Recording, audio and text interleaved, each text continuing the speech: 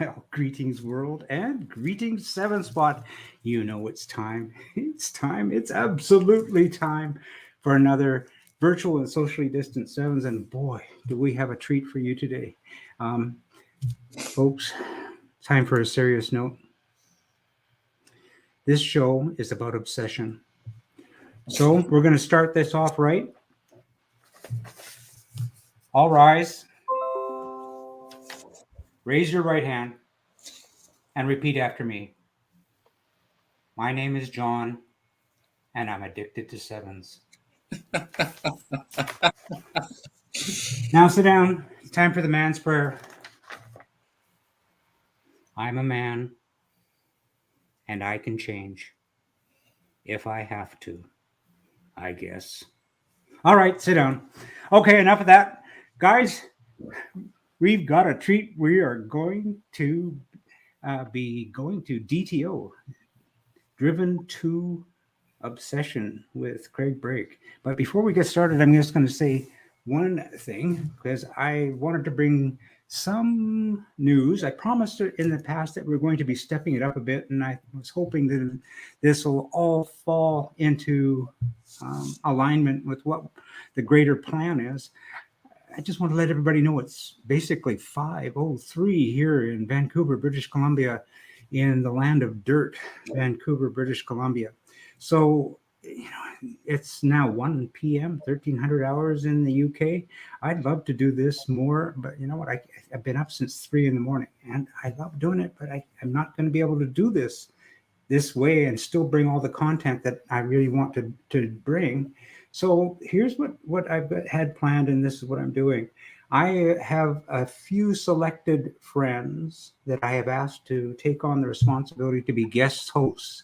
Now, these friends are going to have the same opportunity to operate the knobs and dials of the studio as me and bring in content from everywhere in the UK. And let's start with our first guest host. I'm going to bring him in quickly right now. Let's see if I can do this properly. Hello, John Minion. Say hi. Oh, yeah. All right, John. I just wanted to add that to everyone who's watching, the reason I brought in John is with the Northwest Kit Car Owners Group. And the reason we want to use the facility of using Northwest Kit Car Group and John specifically to help bring in content and more shows for Seven Spot is because, Northwest Kit Car Group does so much to promote kit car usage. And I mean, look at what they did with Santa Pod. It's just fabulous. So, John, I'm going to say thank you for that. And thank you for the charitable work that you guys do. And I'm looking forward to having some terrific content brought online through you going forward. And I know we'll have the opportunity to plot and scheme on that. Yeah, no worries, Jim. Thanks a lot for you getting up this hour of the morning. No worries. I can only add that it's your turn next. So, so let's get on with the show. I'll set my alarm. All right. I'm going to bring in Craig now. Hello, Craig. Good morning. Morning, Jimmy. Okay. Well, good afternoon from here anyway. All right. Good afternoon and good morning, everybody. First off, everybody, take a deep breath. Is everybody sick and tired of this damn panic? I know I am. Craig, I'm going to take, I always say these shows are never, ever, ever about me. So why don't you take it from here? Tell us a bit about what you've got going on in the shop, and then, we'll have a chance to chat a little bit. Yeah, absolutely. So Driven to Obsession came about from our own kit car ownership experience, and just for the love of driving, getting back involved with driving, that raw experience. And as everyone knows, anyone who owns one of these will know for sure that this is exactly what going back to basics driving is. And we got in the deep end of the bike engine car as well, and we've just had fun ever since. So this is sort of like lit a fire in us to go forward and enjoy driving and bring that experience of driving to the community and beyond, to let other people experience this. And it's been fun and interesting for the past, well, since March we've been operating, and it's been great working alongside, as you know, MK as the northern representative for them. So yeah, as you can see, it's quite busy. So just we can crack on and have a little tour whenever you're ready. Ready? Show Yeah. us what you got. Right. Okay. So couple of, well, it's quite busy, the workshop at the moment, but it's good, and luckily everything's nice and shiny now. So we have customers, MK Indy Classic. This is a fantastic little car from 2006. It is so clean. We've been doing a little bit of work and geometry setup on the car. It's as I say, classic chassis. It's got the early Fireblade engine in it, 918, and running 13-inch Team Dynamics R888s. Is that on carbs or injection? It's carbs, this one. Carbs, yeah. So nice. it's good fun. The customer's got a nice flappy paddle setup going on, even though it is the wrong way around, but the engine bay has got limitations for the way it sits. So you get used to it, quite simple. It's not hard once you get in and back on with it. Drives great now. Very small steering wheel, so it's a bit of a handful at sort of 70 mile an hour. Yeah, it gets interesting for sure. Lively, yeah, as we put. Very lively, but traction's great. The tyres and the setup now with the 13-inch rims, it rides really nice. We've corner weighted it, so it makes a hell of a difference. It's a thing of beauty. Yeah, nice, simple, and just plenty of fun. I like the colours on that as well. Yeah, it's good. So the owner of this car has not had it long, and they've done a track day angle see, and obviously found fault with the trajectory, about the geometry. So which is what we were aiming to correct for them. So moving on. You probably recognise this one. So this is the complete kit car magazine cover car. So this is a Raptor. Love Raptors too. So what's happened with this is the customers had it back and forth. Things sort of didn't quite get sorted. So he's looking to do some modifications, upgrades to potentially.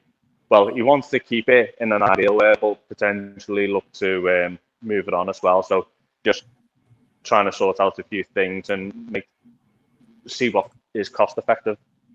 It's running a 1.6 EcoBoost Sigma engine with meth injection. But the biggest problem with this car is it's running an old Type 9 gearbox, which is just it's so bad. You can't get the power down fast enough. The gear changes aren't smooth, so it's a little bit of a dog to drive at the minute. Nothing to do with the engine, but it's purely down to the drivetrain, the gearbox. It's just not capable of handling the power of the motor. So we've had this dynoed without the methanol injection. It's now running the same as what it did before. So it's running 212 horsepower at the flywheel without the methanol, but we've dropped the air charge temperatures down from over 60 to mid 30s, and we've maintained the power, and that's without the methanol. So this car will now go all day on track without any issues, which is what the customer wanted. The other issue with this as well is the seats. They're going to alter the seats because they have an incline, and it pushes your bum quite close to the pedals, so your knees come up and interfere with the steering wheel. So when we put more upright seats in, your leg position will drop, and it'll give the customer a better driving experience, a better driving position. So yeah, just few little bits to carry on ticking off the list. That's Um, tuning. But it's good. It's interesting. That's a lovely little one to your left. What do you got there? Or just to the right? You're right. Yeah. So this is the GBS Zero. So a customer came to us some time back with a blown 1.8 Z-Tech motor. Oh yeah. It was on carbs and melted a piston. So what we've done with this is it's had an ST170 upgrade Oh, nice. with 45mm ATR throttle bodies and 440cc Bosch injectors. So this thing, when it goes off to the dyno, will be rather fun. Wow. That's tidy. I like that. So this did have a heater in at one point. There was all sorts of coolant lines everywhere. So we've tidied up the engine bay. We fitted a fuel swirl pot, high pressure fuel pump, running a 3-bar pressure fuel rail, and the retro Ford water rail. But because the header tank was still in place, we just retained that. But you can run a pressure cap on the water rail to do away with your header tank completely. And then this is just finish off with geometry setup and off to the dyno. But yeah, very, very clean car. Brand new Cobra padded seats from GBS, own piece steering wheel, race 2 technologies, race technologies -2. And yeah, it sounds really, really well. And the customer's done all this carbon fiber vinyl wrap himself as well, which good credit to him. Looks great. Yeah, it's it's a really, really comfortable car. The carpet is quite nice actually from a Sunday driver point of view. When you've got the contrast from the track cars, which are fiberglass lined and fiberglass seats. The carpet just adds elements of comfort and sort of Sunday driving experience instead of out being a bit raw. I can't wait to see what that makes on the dyno, to be honest. Yeah, we're estimating about 200 brake horsepower. I think 190 to 200 horsepower is the rule of thumb with the SD170s on throttle bodies. That's at the flywheel, yeah? Yeah, I think it's all flywheel figures. Yeah. Yeah. Nice car. So, yeah, it is really good car. We did it did originally have drum brakes, and we've done the Ford disc conversion to it as well. So that's great. Be able to go in. Lovely stuff. Brand new Ford calipers. Nice clean setup. So, well, again, the handle and the power. Beauty. Do you have any idea how heavy that car would come in at? That is just a touch over 600 kilograms. That car, which is lighter than this. So the Raptor's 631. The GBS is about 612. The Indy Classic with the cage and the Fireblade motor is 512. Yep. And then there's obviously other stuff that we need to get on the scales when we're ready. But yeah, it's good fun. Hey, you got a teddy bear there. What's that about? Oh, I think I might know about that, Jim. Yeah, go on. I'll let John elaborate on that. That's John's brainchild. Okay, John, fill us in. Northwest Kit Car Owners Group, Teddy, been doing the rounds a bit, just getting around just to see manufacturers, groups, whatever, just to promote kit car ownership, really.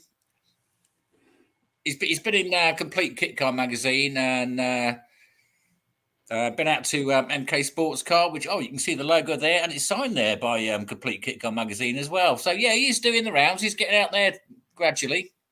Fabulous. So, next we're sending them off to another manufacturer. So, it'll pop up shortly. But the important thing for us, we wanted to see this project for the GBS through. So we wanted Ted to be there. He was here from the start to watch all the pain and the struggles. So it was only right that he stayed for the duration. The last time I saw Teddy was at MK, and he was being tossed into a box. So it's good to... I'm not sure he's going to get any better treatment from us. Yeah, this is Liverpool. Well, we might turn them down some set of wheels to Henry. So this is an Indy Classic. So this originally, which if Sean pans around to me very quickly and shows you the bonnet, we have a nice yellow bonnet. This was our car from our original ownership.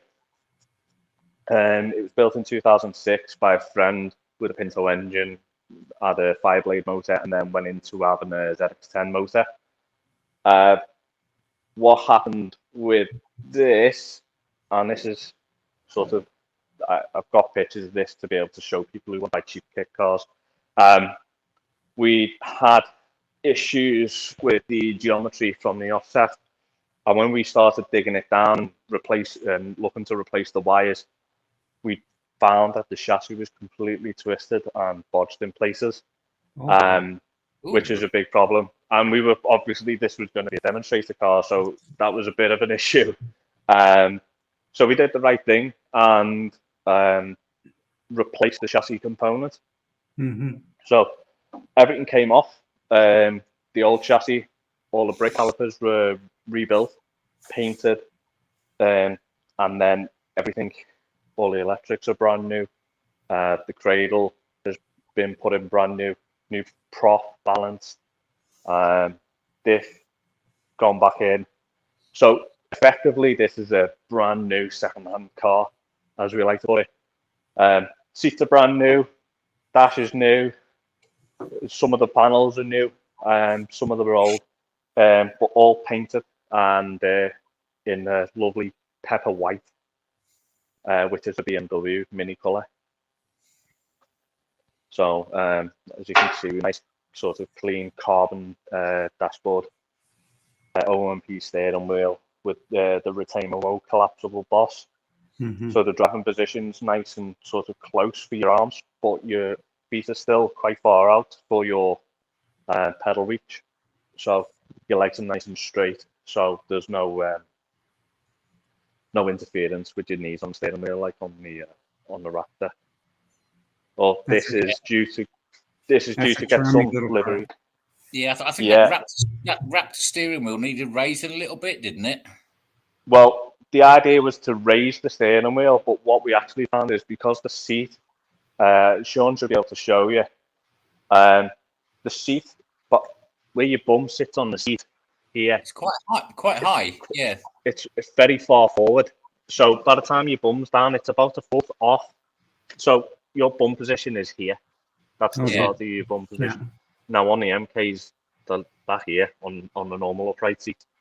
So we've lost that much space, and then there is no room to actually move the seat forward because of the rail, because of how long the bottom of the seat is, even though it is on an adjuster. So by moving your bum back, your legs sit lower down, straighter, and you've got a flatter driving position. So you must have had to raise the Traveler, is that right? No, we're just changing. We're changing the seats. Just changing the seats. All right. So if anyone's interested in them, if they're a little bit shorter and they think they might get away with them seats a little bit better than what this customer is, because the customer's about 6 foot. So we're, as I say, the struggle is literally down to the seat. So rather than messing, so we don't have to mess around and adjust the dashboard and start cutting more stuff out. It's just simpler and more effective to just change the seat. I must admit, on our MK, we've got some very similar seats to that, the very thin fiberglass ones. And to be honest, it is on runs. I mean, I'm 6 foot, quite long legs, and I still have it pulled a couple of inches forward on runners.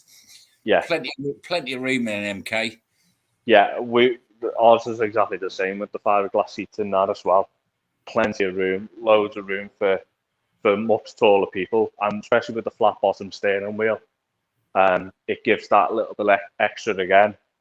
And we've retained the the height adjustment in ours as well, so which is very beneficial, really. You know, it just gives that little bit of extra adjustment for different size people. Yeah. And then the yellow car is a customer's. Blew up a mechanical reverse transfer box, so we're doing a conversion to an electric reverse.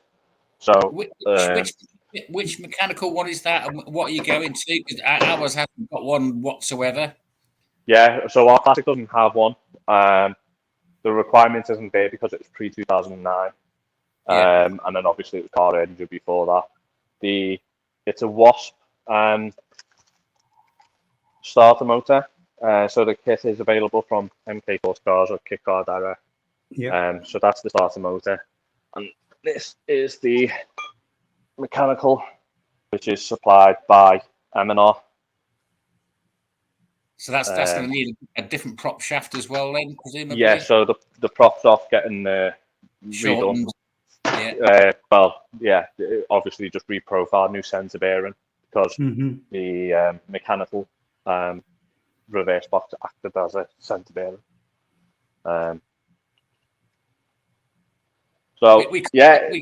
We kind of looked at reverse boxes. We're running a MK with an R1, but unless you're running certain motorsports, you don't really need one. To be honest, I've never found we've never had to use ours. I think once I've got out on the road and had to push ours back. Yeah, it's personal preference, I think. Yeah, it is. We usually find quite a lot of people at Cars and Coffee are quite helpful, pushing us back into a space, and it becomes quite a spectacle. So I can speak to that personally. I've got a Quafe box in mine. The only reason I put it in is for registration purposes. I just push it. I mean, that's reality of it. You just push, right? Yeah. Well, the registration requirement now are all bike engine cars will need a reverse. I'm not exactly sure what year, but I know the requirement was around 2009, because when we refitted ours, refitted our car, we obviously did away with the reverse light, as it wasn't a requirement. There was no there, so if it's not there to fail the bulb, then it can't. Well, if the bulb's not there, it can't be failed effectively.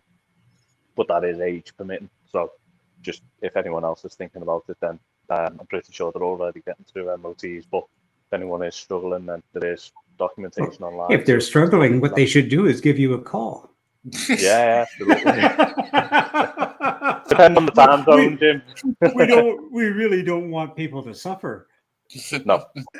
And like you say, there's plenty of support on all the forums, the groups, and that. So everyone is welcome to call. And even if it was on the group as well, we still answered along with everyone else in the Quick Car group as well. So the groups are very invaluable for friendly advice and even access to parts. Sometimes when someone's maybe done upgrades and that, there's plenty of stuff there to be had and plenty of deals to be done for people to carry on enjoying. I must admit, the groups that I'm on, people are really, really friendly, always happy to help, offer you to lend you, if you need a specialist equipment, engine hoist, they'll offer to lend it to you or bring it round or help. Yeah, so the groups out there are brilliant. Yeah, absolutely invaluable. And again, it's a worldwide thing now. You see people popping up all over Europe and the US and Canada. So yeah, it's great. It's good fun. Absolutely. So as you can see with this one, this is the start of an RX-5, an MK RX-5. So this will be going naturally aspirated power, and that'll be going up for sale along with the white car as soon as everything's ready. So this is one of the stocks that we're building just to get it gone. So you can see our split reservoir for brake bias adjustment. Brake lines are laid, fuel lines are run, floor Very fitted. tidy. Very, very tidy. So the whole ethos behind what we do, and we've employed this with the GBS build as well, is we want things to be quite accessible and modular. And what, from our experience of kick car ownership, things break and fall apart often enough to warrant ease of access. Tell me about So it. what we found with builds from other people is that you tend to put it together without the view of it ever coming apart again. So what we aim to do is try and make some things as modular and as accessible and clean as possible, so that things can be replaced quite easily. Whether it was by yourself or whether it came back to us, we'd know exactly where to start looking. And as I say, with the GBS, we had an engine loom integrated fully within the car loom, so all the lights and everything. And we spent a day picking it out. Now with the new loom, it's separate from the engine, so it can be undone. And the engine, we were pulling the engine in and out with the clutch issue several times, and we could have it in and out twice in a day if we wish to. But once a day is enough. But that's been done about 3 or 4 times. But that's just, again, testament to the effort that we put in initially to have the accessibility there to then pull them out and what happens then is if there is any major components that need fixing, the labour costs are much cheaper as well. So by putting the work in initially, we save the customer headaches down the line. Yeah. So Sean's pointing now to an Indy project. So this is a 2010 chassis build, so premium Sean. It's got a narrow tunnel, so the Indy Rs were designed specifically to take bike engines. This is running a 918 blade on carbs, but we're ripping this out. This is going to be our Hayabusa build. So we're going to revise. Well, we're going to strengthen the chassis with where the couplings are. So we're going to add gussets to the suspension couplings and repowder coat everything, and then drop a Hayabusa motor in there. I've obviously got the inboard shocks on that as well. Yeah, so the inboard shocks for this. So I love that.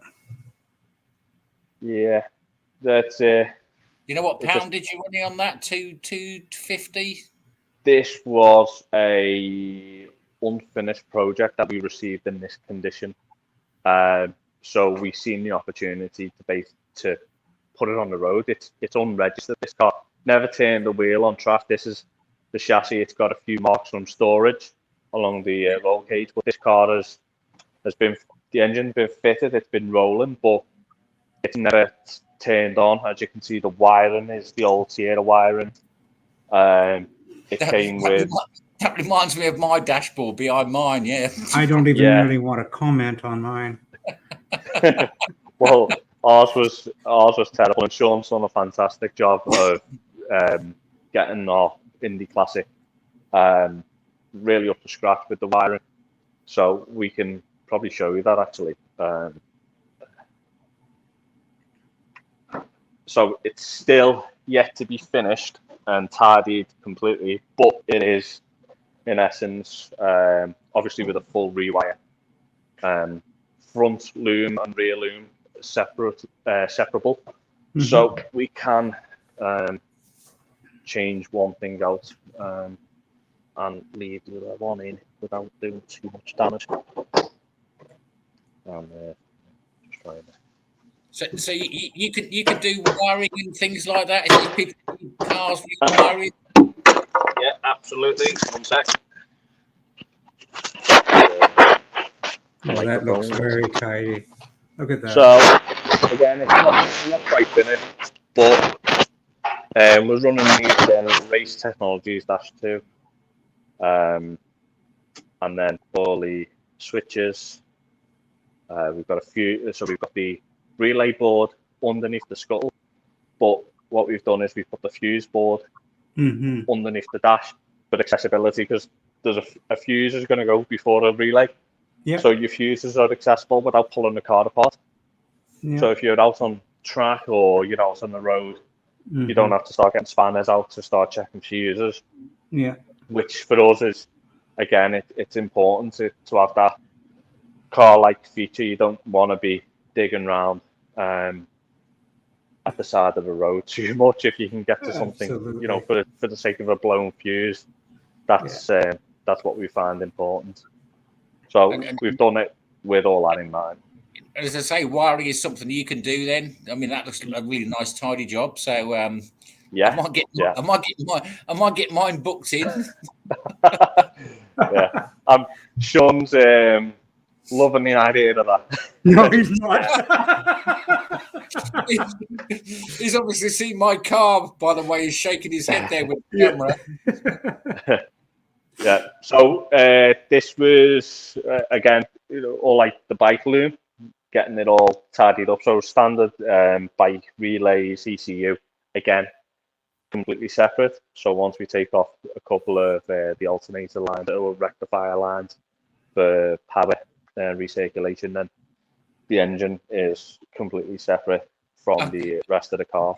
So we're not interfering with the car stuff if we have to swap a motor. Yeah. I must admit, with our car, it was a 2-litre Pinto, and it'd been swapped out for an R1 bike engine. Yeah. So I was trying to get my boy's head around the fact that it's actually got 2 keys, one for the Sierra steering lock, and then one for the bike immobilizer. Right. So it's actually got 2 steering locks on it. Well, that's not a bad security feature. The wiring is interesting. Yeah, it's good when you can wrap your head around it and there's systematic processes. So once you've got that in place and you can understand it, then it does make life a little bit easier. Starting from fresh is a hell of a lot easier, as Sean will tell you, from the M&R, with burnt out switches and no schematics. So obviously with the kit cars, there's not necessarily a wiring diagram. If it's home built, each to their own. Everyone will do things a little bit different. So, yeah, it's a bit of an art, but it's a dark art when it comes off. It's a dark art. It is, yeah. So that's why we don't want to get involved in modern cars. These are nice. We can live with these. That's fine. Yeah. Wow, this is fabulous. Thank you so much, Craig. What a great shop. Yeah, so there's a couple of engines over there ready for the master build and the turbo builds with gearboxes. Do a little bit of part blasting for part maintenance, reconditioning. There's bits of old MX-5s knocking around. It's all pretty exciting. Moving forward quite quick.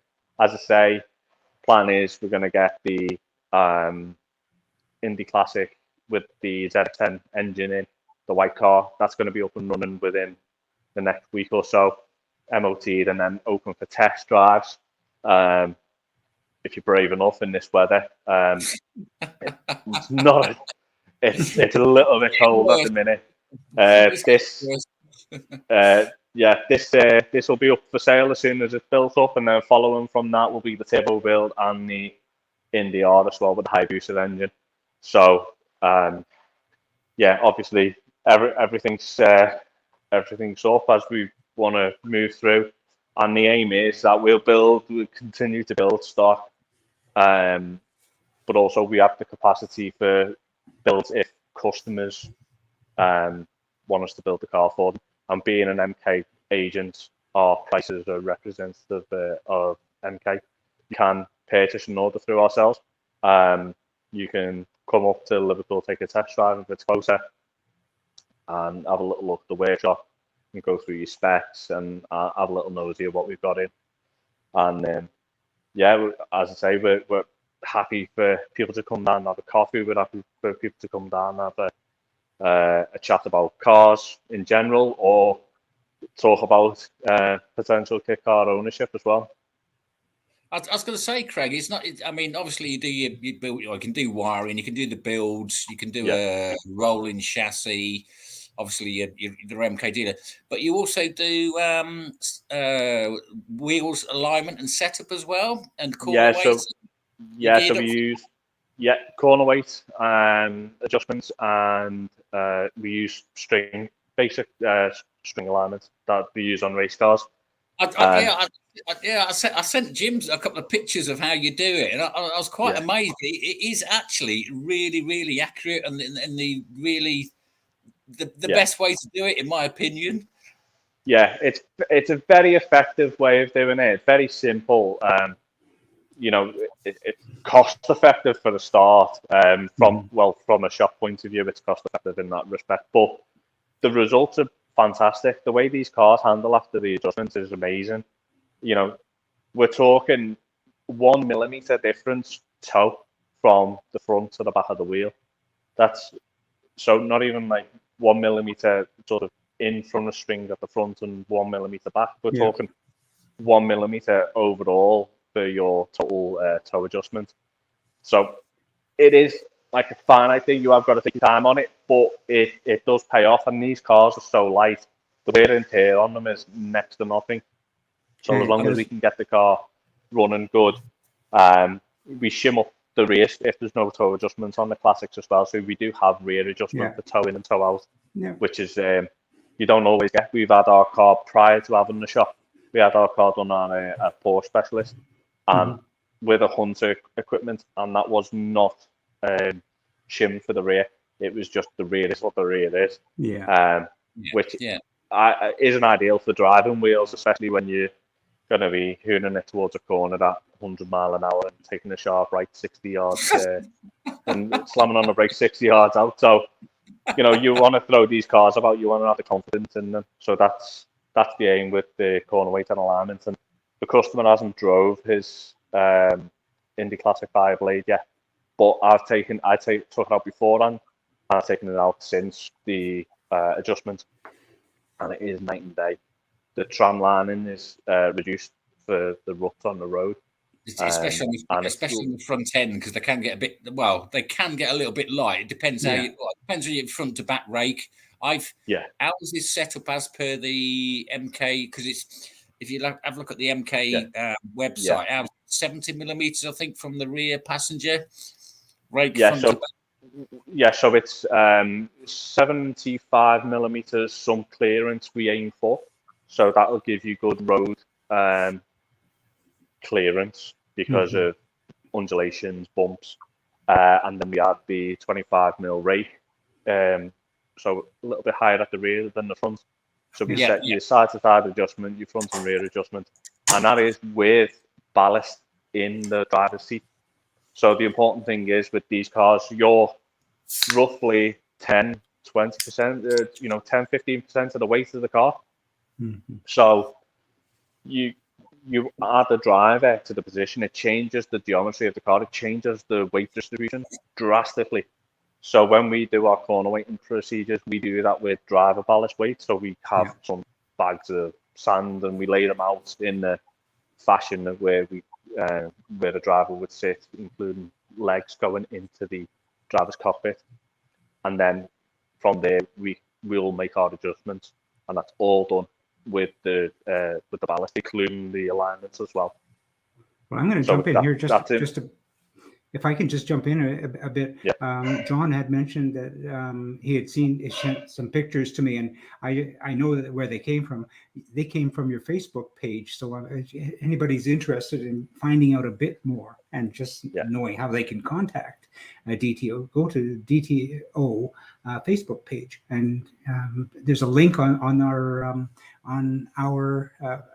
Facebook. On 7-Spot Facebook site, so it'll take you right there. But you'll find out how to contact Craig and some more details about the alignment with strings right there. I got a dumb question. It's always dumb, but one question that was posed was, what gearbox are you going to put behind the EcoBoost, or are you leaving it as is, or which gearbox would you put behind the Is that EcoBoost. instead of the Type 9, Yeah. presumably? So it's currently a Type 9 gearbox. So we like to refer to it as the soup stirrer, which isn't good for a car of this performance and for the driving. We are looking at potentially the RX-8 or the Mark III Mazda gearbox, which will it'll fit within the funnel. It's a relatively small gearbox, and the Mark III Mazda has the Sigma engine bolt pattern, so they generally bolt straight up. Price permitting, that happens. Otherwise, well, as I say, it's up to the customer what he decides to do with that. But that's where we would like if we were to build it, that's where we'd like to see it. We wouldn't have entertained the Type 9 from the offset. I believe it was in stock, it was just in the car. So that's what the customer got, despite wanting something else. The original customer order was for a Saab turbo engine.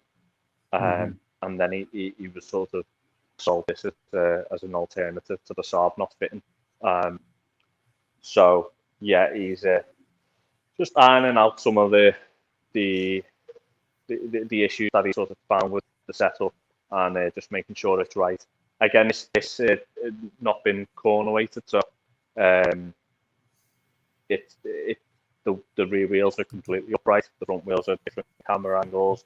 The toe stuff, it's not been set up from factory, so it's important for us to do that and again just increase the enjoyment experience for the drivers.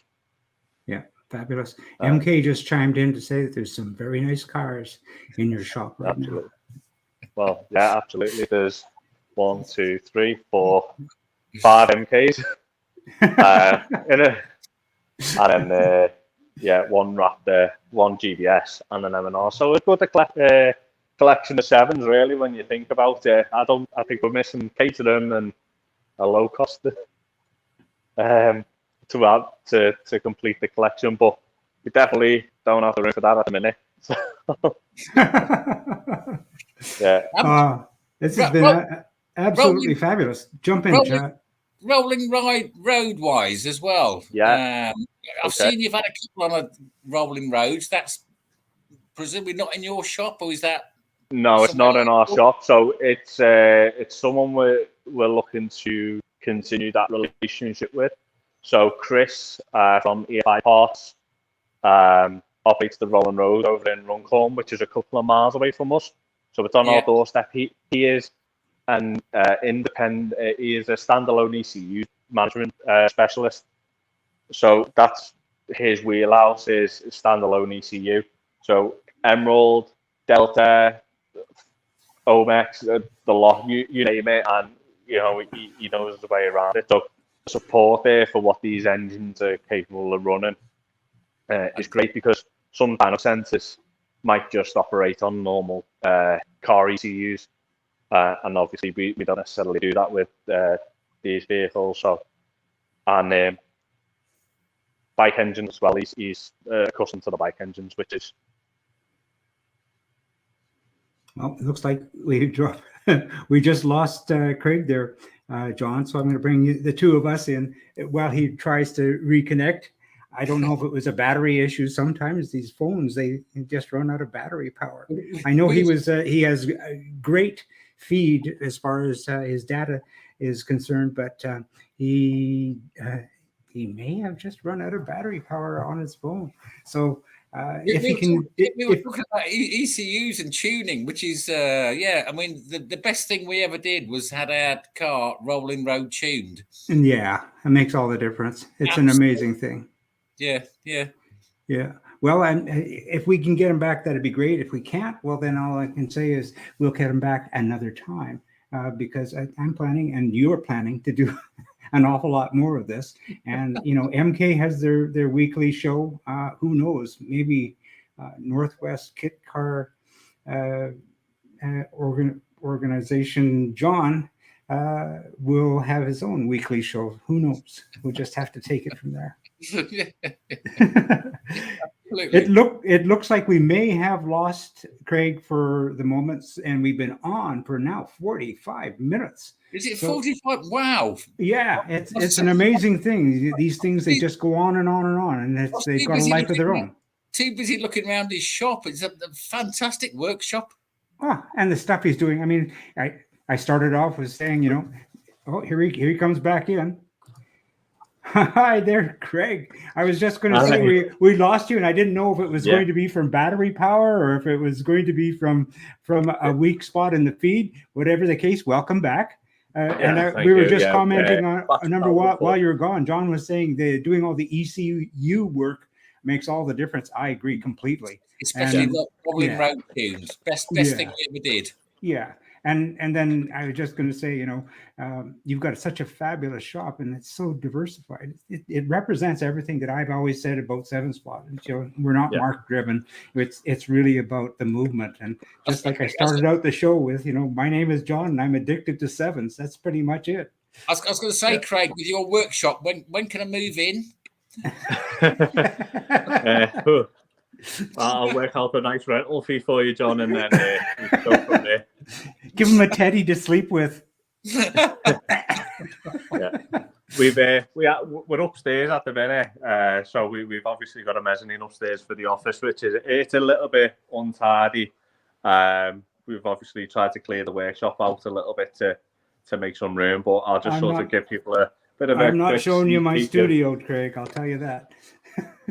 So there is a place to come and enjoy some coffee and have a chat. It's not just all downstairs. Could you rotate the camera and give us a little bit of a close up of Sean, please? Because he's been done all the wonderful work here, and we just want to say hi. Yeah, I'll bring him in. Here we go. Hi, Sean. Okay. Thank you so much. You did a great job. Yeah, it's the first time, so it's glad that I got some good shots in for you.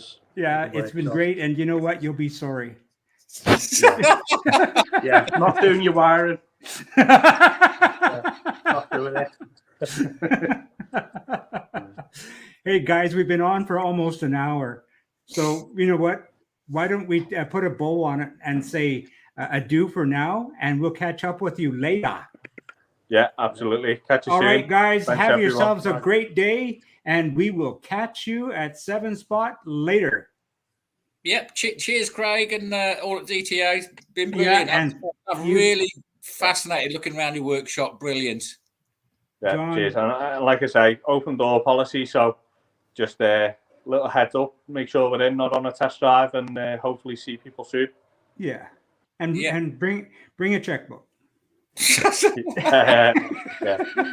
We like checkbooks. Not mine though. Yeah. Not mine though. we take Amex. Very good. All right, guys. Cheers for now. Craig, cheers. John, Sean, thanks an awful lot. Yeah, cheers, guys. All right, Thanks. Cheers. See you soon. Bye. Bye now. Cheers, bye.